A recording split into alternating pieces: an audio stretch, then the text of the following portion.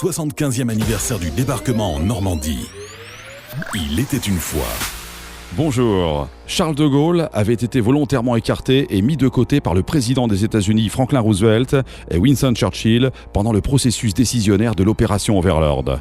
Furieux de n'avoir été averti qu'au dernier moment du débarquement, il avait néanmoins accepté de prononcer un discours de soutien sur la BBC. La bataille suprême est engagée. Bien entendu, c'est la bataille de France et c'est la bataille de la France.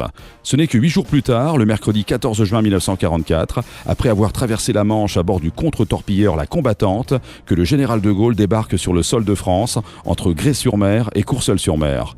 Un emplacement aujourd'hui marqué par une grande croix de Lorraine. Et le symbole est très fort pour l'homme du 18 juin, près de 4 ans après son départ pour Londres et son appel à la résistance. Il se rend alors à Bayeux, qui va être le théâtre d'un événement exceptionnel. Vers 15h30, le chef de la France libre arrive dans les rues de Bayeux, où la foule qui n'en croit pas ses yeux l'acclame à tout rompre.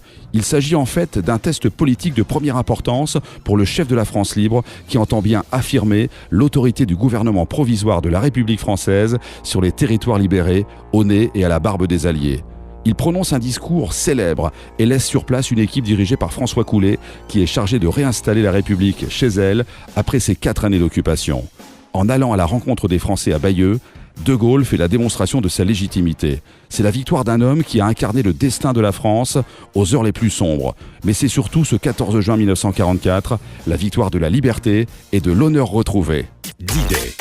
Tendance Ouest fête 75 ans de paix et de liberté avec le Conseil départemental de la Manche.